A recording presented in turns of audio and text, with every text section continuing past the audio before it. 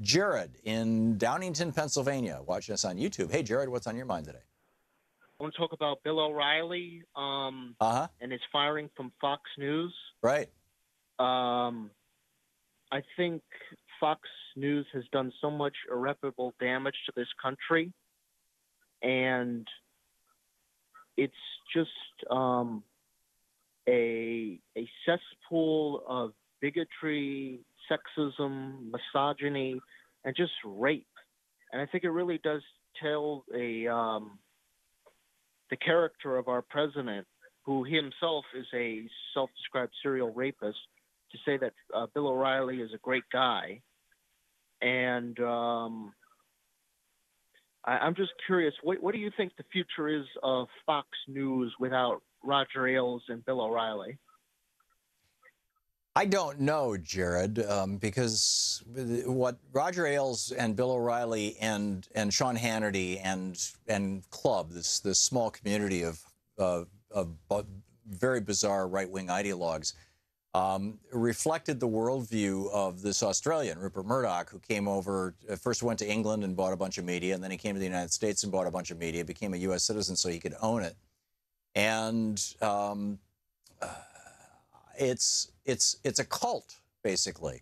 You have to, buy into this whole ideology, this whole philosophy, this whole worldview of theirs, which includes xenophobia and racism and a dismissal of even the concept of white privilege.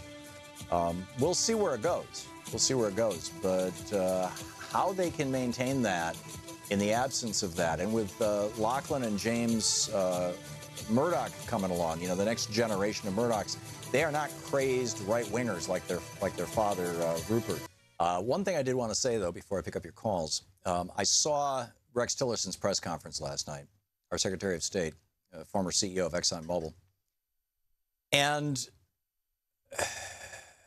I realized that throughout the election, one of Donald Trump's biggest applause lines was he was going to tear up the Iran deal that President Obama had negotiated. Basically, the essence of Trump's entire campaign was everything Barack Obama had anything to do with was terrible and should be reversed, whether it was Obamacare, whether it was regulating the banks, with Dodd-Frank, whether it was, and the Consumer Financial Protection Bureau, or whether it was, the Iran deal, for example, obviously among other things. And this organization committed to getting Trump elected and promoting the interests of billionaires over average people, that would be Fox News, really amplified that message. And in fact, it's funny, there's this whole thing about, oh, gee, maybe the Russians had, some Russian think tank 2 years ago said, let's figure out a way to influence the U.S. elections. I would say that's, I really don't think most Americans are watching RT and saying, gee, I think I'll vote for Trump. First of all, anybody who watches RT knows that most of RT's coverage over the last year and a half, 2 years, was very pro-Clinton. I was very pro-Clinton. Everybody else on the network, to the best of my knowledge, was pro-Clinton.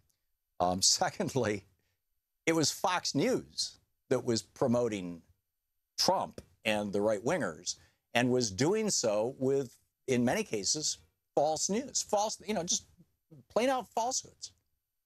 And so, Bill O'Reilly, he didn't get nailed for that. And that's what I think is the tragedy. I mean, it's not a tragedy that he got nailed for his sexual behavior. That was entirely appropriate.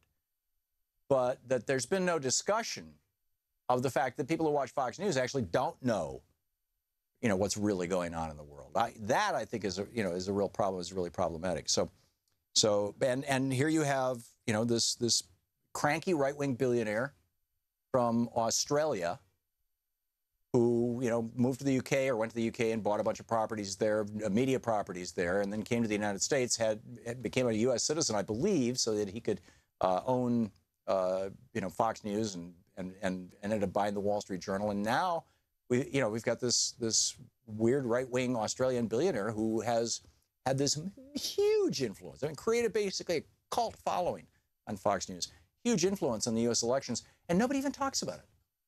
Everybody's like, looking around for, well, who could have influenced everybody? And who could have, and, well, hey, has anybody looked at Fox News recently? or, you know, right-wing hate radio and the two major radio station ownership groups that, you know, in many cases even lose money promoting it? Matt in San Marcos, Texas. Hey, Matt, what's up?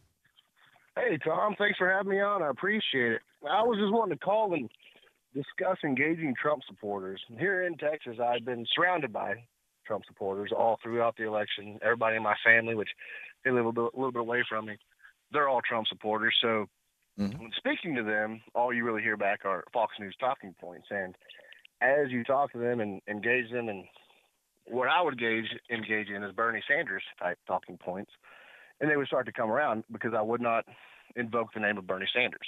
Right.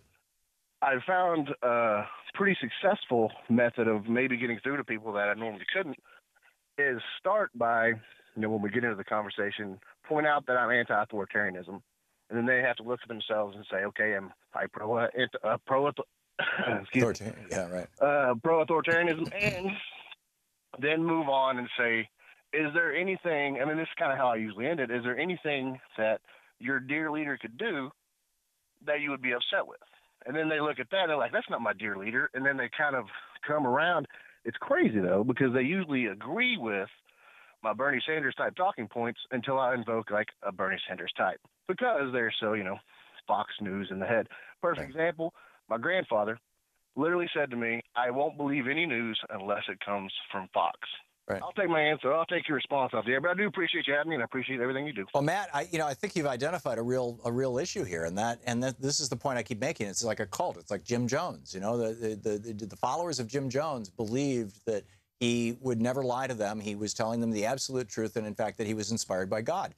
And I think a lot of people who watch Fox News believe that Fox will never lie to them, and that they're inspired by the ideals of the founders and the Constitution. And nothing could be farther from the truth. You're listening to talking points funded by a right-wing Australian billionaire, and you know, being put forward to the benefit of other billionaires in the United States and around the world, and transnational corporations. And it's, you know, people are just, they're voting against their own interests, and that's why I think your strategy, Matt, is brilliant. Is engage the issue, take the issue. So instead of saying, you know, Bernie says that, you know, we should have single-payer health care, instead say, you know, why are we giving $608 billion a year in basically profits and administrative expenses to banks that call themselves health insurance companies when no other country in the world is so stupid as to do that? And, you know, isn't it the conservative thing to do to save that $608 billion a year? And that, you know, have you tried that kind of conversation with them, Matt? Is that the way that you engage them? I'm sorry, you cut off for a second. Say again? Yeah. I was asking if you had tried that kind of a conversation with them where you say, you know, do you really think it's a good idea to, you know, for us to be spending $600 billion a year extra just to subsidize the health insurance companies? Absolutely. And I take a lot of talking points from you, Tom, and you've helped me out a lot, because trying to find voices out there that aren't pushing that agenda, that corporate agenda, are hard to find. And you're a savior for people that, like me, who have, you know, seen the horrors of war firsthand, don't want it to happen anymore, and they're ready to push out of that, and we need somebody like a Bernie Sanders and the Tulsi Gabbards of the world to rise up, and we need to support them. And Paul in Bellevue, Washington. Hey, Paul, what's on your mind today? How you doing there, Tom? Good. What's up? I just don't call Murdoch an Australian. I think of him as an international prostitute. He'll sell his soul for. Can you speak up a little, Paul? It sounds it sounds like a bad voice line. Yeah, man. I just don't think Rupert Murdoch's not an Australian. He doesn't have a country because he doesn't have a soul. He doesn't believe in anything but money. So he sells himself for whatever money he can make, whatever country he can get into. Your accent sounds Australian. Were you in Australia when Murdoch was buying and running media properties there? Yeah, I'm an Aussie, and I'm not proud of him. I don't think there's any Australian who's really proud of this guy, unless they're a bit crazy, I suppose. Yeah, I just, you know, I think he's a prostitute. That's what he does. He sells himself for money. Well, the good news, I think, is that his sons, Lachlan and James, are Lachlan's apparently actually, particularly with regard to the environment, quite progressive. played a role in Leo DiCaprio's new movie Before the Flood. It was just distributed by National Geographic, which Lachlan kind of oversees. So, you know, that's, I think, on the one hand, it's like the next generation is, you know, a whole lot better. But then on the third hand, it's like, wait a minute, you know, is this a kingdom? You know, a hereditary lineage? It's apparently it is. I mean, you know, this is what billionaires get to do. Maybe the apple fell a little further from the tree than he wanted it to, huh? We'll see. We'll see. But or they're just acknowledging that the world has changed since the 1950s, which is, you know, probably when Rupert Murdoch's worldview was cemented. Paul, thanks for sharing your perspective with us. I appreciate it. Thanks for the call.